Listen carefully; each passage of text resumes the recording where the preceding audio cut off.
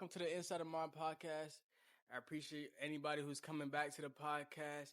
If y'all have been loving the podcast, let me know down below in the comments. I love all the comments. I read all the comments and I get back to all the comments. So I would appreciate any thoughts that y'all may have. Please like the video. Go ahead and share the podcast with your friends if you think they might enjoy the content. You know what I'm saying? You can't be selfish. So look, today I want to talk about 3 books that changed my life, right? And when I say changed my life, I mean these books completely changed the way I view everyday life, the way I go through life on a daily basis. So I really want to share this with y'all and just see where y'all brain is at, and maybe give you a couple recommendations of some books you should read, based on the information I'm going to give you, whether or not you want to read the book or not. Now, it is scientifically proven that there's a difference in results when it comes to physically reading a book versus me just giving you the information audibly, right? So I don't even know if that's a word. So I do want y'all to invest in grabbing one of these books. You feel me? If y'all want me to do a giveaway on one of these books, let me know. You know what I'm saying? Get the likes up on this video, hit the subscribe button, and keep sharing and reposting. And I'll do a giveaway on what I think is the best book. So right here, I got a plan for some of the topics I want to touch on this video. So let's just get straight into it. We got book number 1. Book number 1 is going to be Secrets of the Millionaire Mind. See, I couldn't find my other 3. I know there's somewhere in here, or the other 2 on this list. But Secrets of the Millionaire Mind by T. Harv Eker. Mastering the Inner Game of Wealth, Think Rich to Get Rich. New York Times, Wall Street Journal, and USA Today bestseller. So this book is not to be played with. I picked up this book because it was highly recommended. So let me just give y'all some reasons why this is top 3 books that changed my life. So the number 1 takeaway through this whole book is right here. The way you think about money is deeply rooted in your subconscious and affects your financial outcomes, right? That's very important. So in the entire book, he starts off by talking about this concept of a money blueprint, right? Money blueprint is basically the subconscious thoughts in the back of our mind made by money. He has a few good examples in this book that I should be able to go over here in a minute. But this book also introduced me kind of into the idea of limiting beliefs, right? Basically subconscious thoughts and experiences in our past that affect the way we think and maneuver now.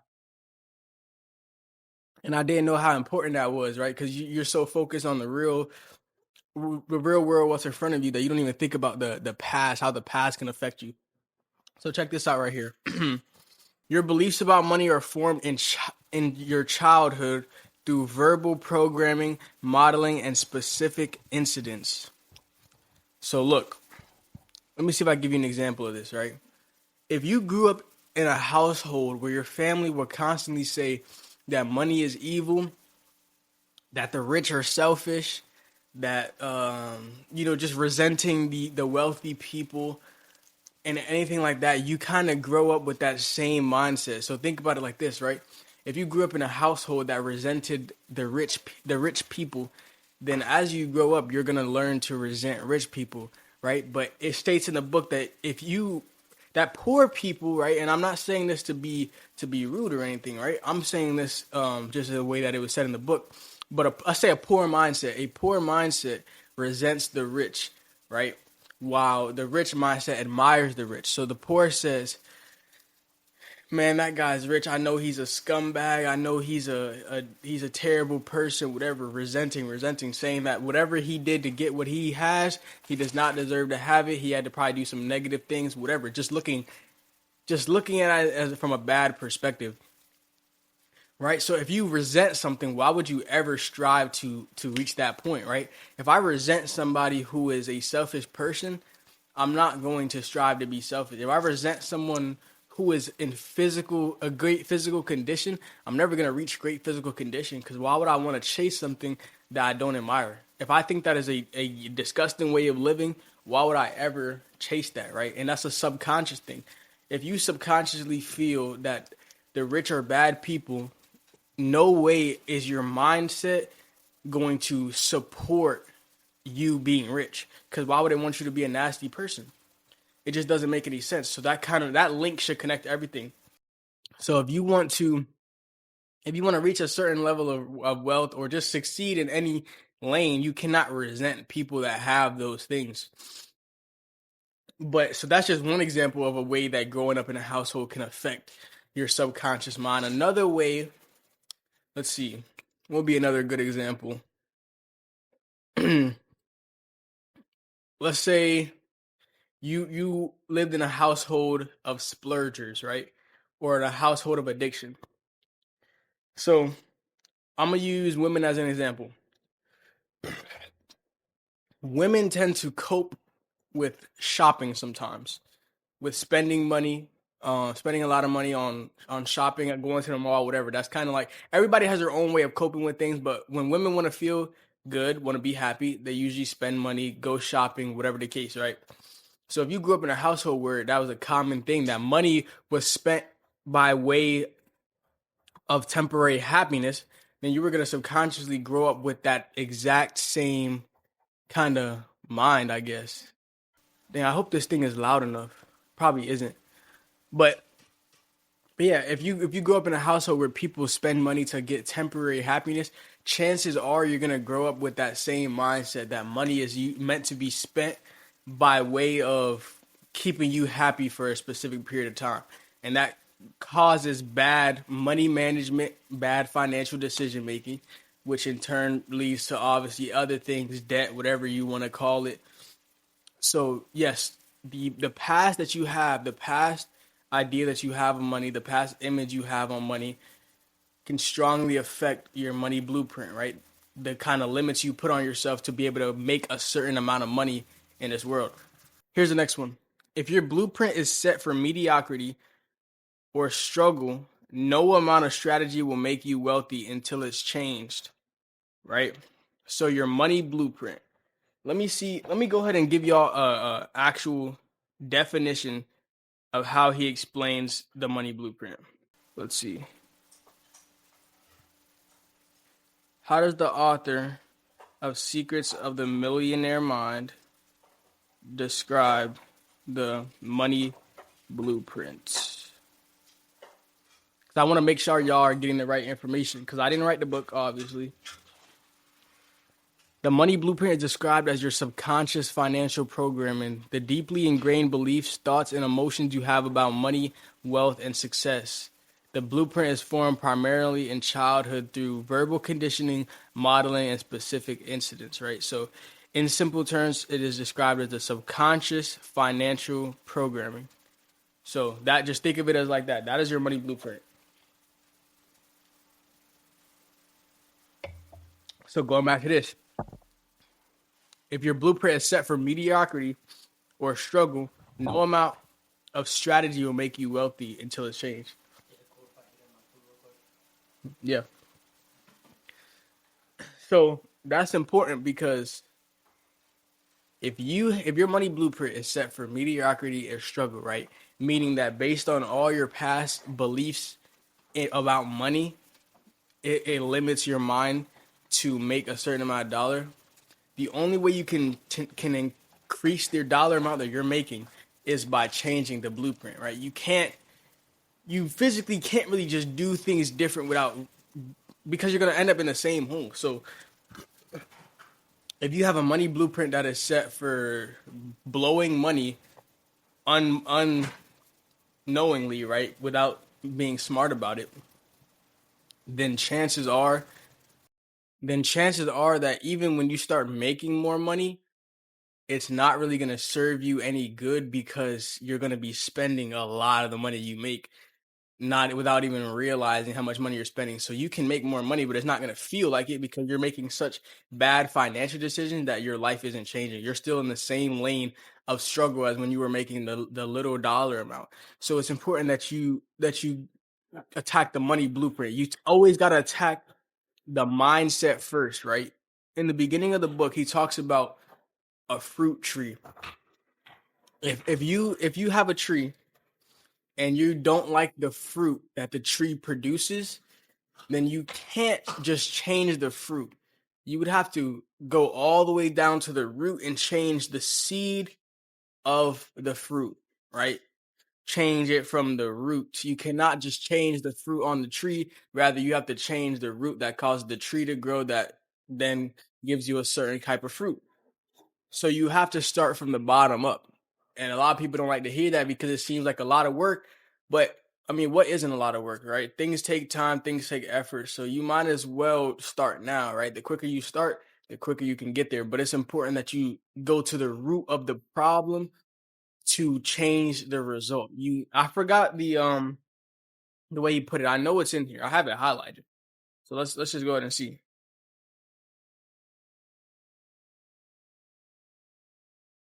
Let's see.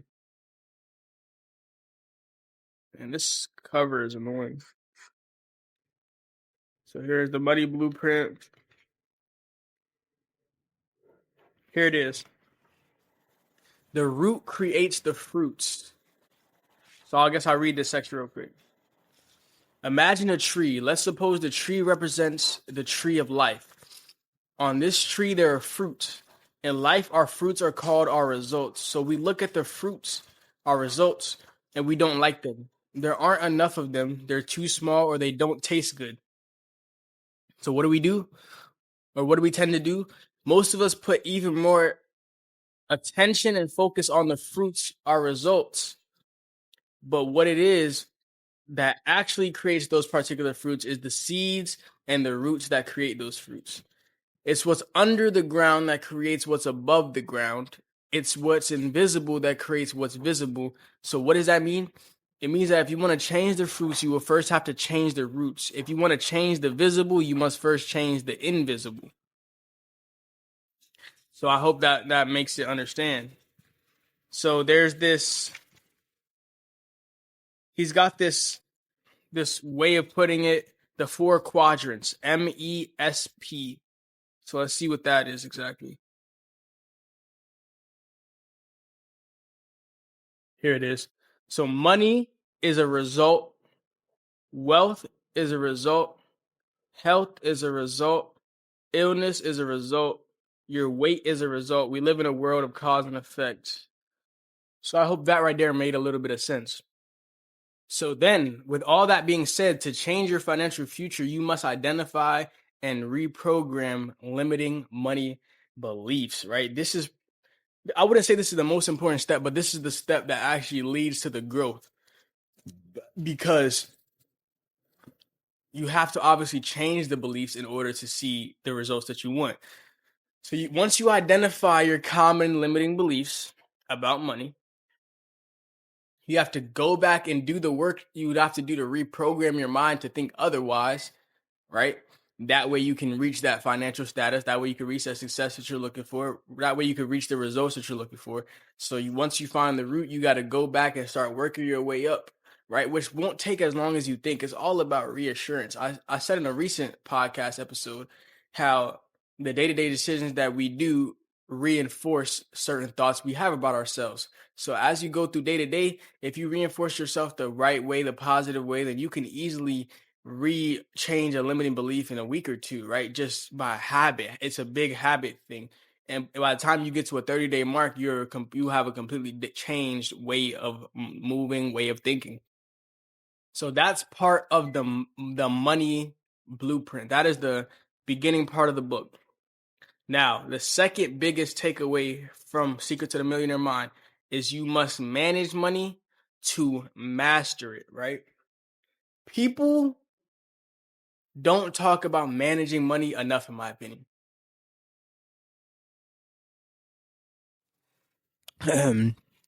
I say this because the reason why I say this is because people often tell you and stress how much money you have to make. People are so quick to stress how much money you have to be making and saying you got to make more money, make more money, make more money. Well, the truth of the matter is, no matter how much money you make, if you don't know how to manage it, it's not going to do you much of any good. So managing it is really an important part. But people like to skip over that because it just feels like limiting, right? People have a limiting belief that like they want a sort of freedom, and feeling like you have to manage your money in a specific way feels like it's taking away from some of that freedom that you have. And it's a big ego thing, right? But that is why you have to attack those root issues and let it go and say, all right, look, it's not that the money is trying to control me, rather I'm gaining control over the money so that it can work for me, so my money can work for me in the future, do savings, do investments, do however you want to look at it. But it's important that you manage the money. So how can you manage your money? Here's one way, right? So in the book, it states that rich people allocate their money into different categories, right? And everybody's categories are different. So I'll tell you what categories it says in the book, and then I'll tell you how I manage my money, right? How does this book state that the rich allocate their money? Let's see. In a system, using a system he calls the JARS money management system. So FFA, Financial Freedom Account, this is your investment jar. Money in this account is never spent, only invested to generate passive income, right? So it's your golden goose. So this money, this is basically investment money. So this money is used to make you more money passively, basically, without having to spend a certain amount of time doing it. Right. So for an example, right? Let's see an example of using this as an investment. So let's say if you're trying to think about a certain career where this would make a lot of sense. So a passive income, like let's say you make music, right? When you put a song out there, that is a passive income, because once the song is out there, all it is collecting views, and once you get a certain amount of monthly listeners, then you make a certain amount of money. So once the song goes out there and people replay it, you make more money. So a way of investing in that as a passive income would be through advertising your music for it to reach more people. So you're putting money in hopes of reaching more people so that you can get more listeners, which will result in more money. So that would be a way of passive income in that sense. 10% to education, used for self-growth and learning, books, courses, seminars, coaching, etc. Rich people constantly invest in their mindset and skills.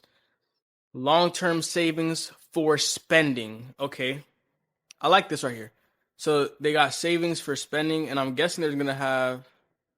Let me see. We'll get there. We'll get there. For big purchases like a car, vacation, or home repairs, prevents going into debt for planned expenses. Necessities, 55%. So we got 10% financial freedom account, FFA. So this is investment. 10% education, 10% savings. So that's 30%. Then we got 55% necessities. Covers basic living expenses like rent, food, bills, transportation. If you can't live on 55%, if you can't live on 55%, Ecker says to get creative or get a roommate. So if you cannot live, what he's saying is if you cannot live off 55% of your income, chances are you're living above your means, right? Or you just have to change things up. So if you transfer, let's say you get a paycheck from a job. If you get a paycheck wired to your account, and if you take 55% of that for your needs, we're talking needs, we're talking bills, monthly expenses, groceries. If you transfer 55% over and you cannot manage with that, then chances are you're doing stuff wrong for sure. Because I'm not gonna lie, I don't even think I transfer 55% of my income into needs. And just for reference, I'm 19 years old. So boom, 55% necessities. Give 5 to 10%. Donate it to charity or given to others. Wealthy people believe in circulating money and contributing to the world. So 10% of that in my life would be like tithing, right? Me committing to tithing in my church, that would be 10% of my income. Play, 10% is play for fun, luxuries, and pampering yourself without guilt. Helps reinforce a sense of abundance and reward. Now, the lower money you make, right? the less, what you call it, the lower money you make, the less these numbers are going to be significant. Basically, your play money is not going to be as pretty as it would be.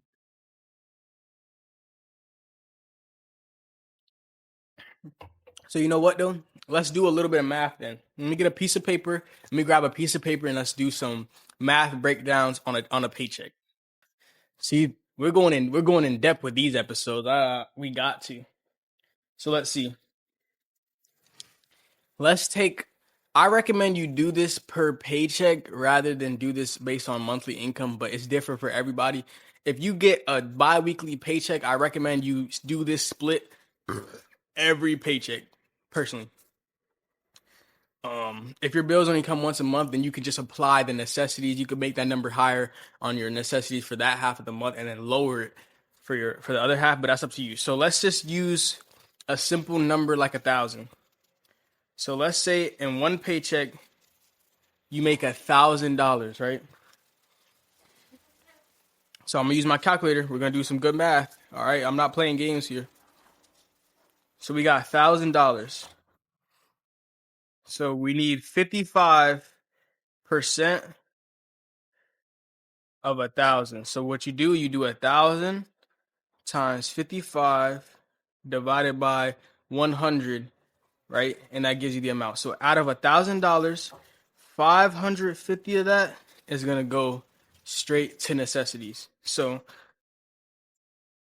that basically 1,000 minus 550 leaves us with 450. So our necessities equals 550. So that leaves us with 450 out of 1,000, right? But we're still going to use the number 1,000 because the percentage is still going to be from the whole amount of the check. So next, what was next?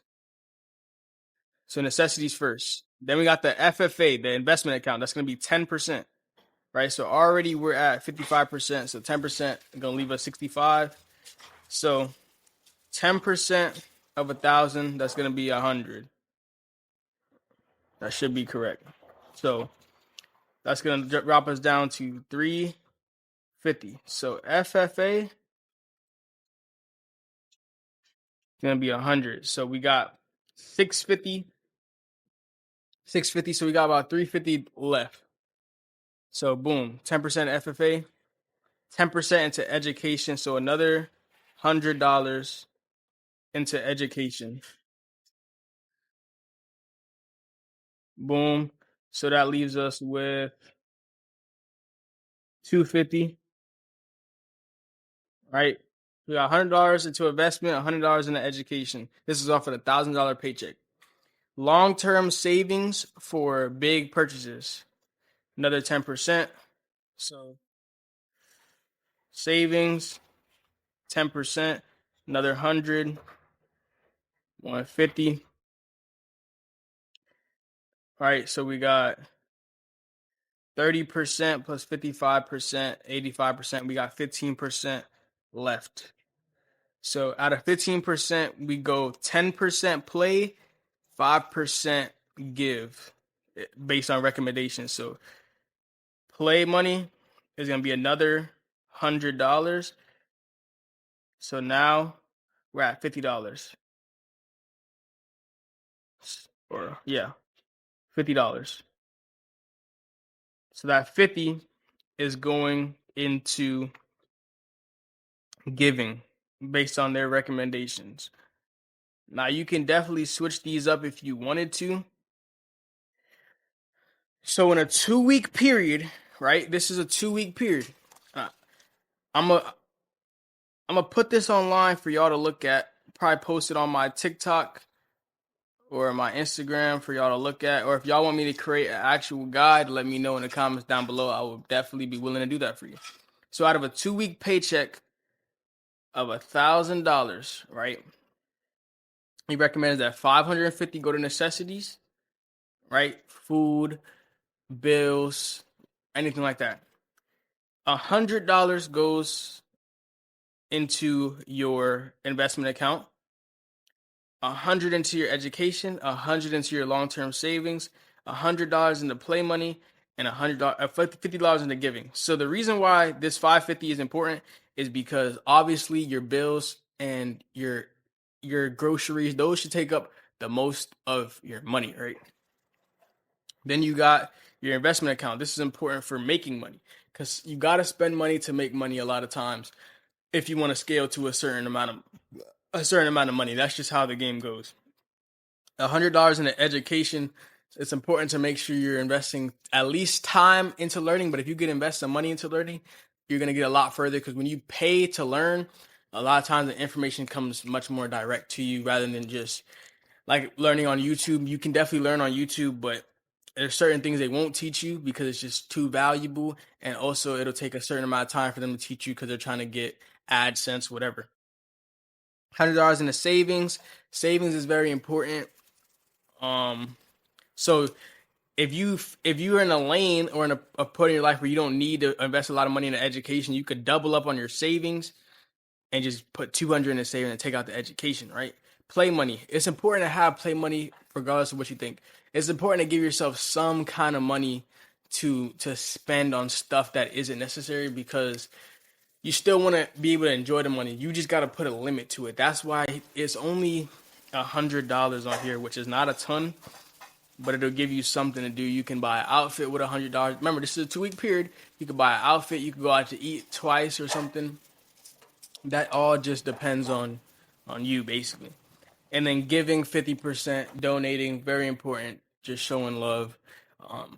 If you make a certain amount of money that doesn't allow you to do that, it's still broken up into percentage, so you still will be able to do it either way, but that's up to you to decide. But this is the way that it's recommended and broken down in the Secrets of the Millionaire Mind book. So I know that was long, but it's important to understand. So how I break my money down is into 3 different sections, which is my section of my necessities, right? I only have 3, I have 4 accounts, four accounts, right? I have one that is where that's my checking account, my main checking account. That's where my bills get taken out of and stuff like that. That's where my necessities would go. Then I got my investment account, which is the money that I spend to make more money or to keep growing in something. Then I have my savings account, which is for long-term savings. Not really for big purchases, but if I want to, I can. But just that's more money I try not to touch, right? Because the goal is to keep making more money. That way, I don't have to touch my savings money unless I really need to. So, savings, investing, and my necessities is my main stuff. And then I got my business account, but that's a whole nother thing.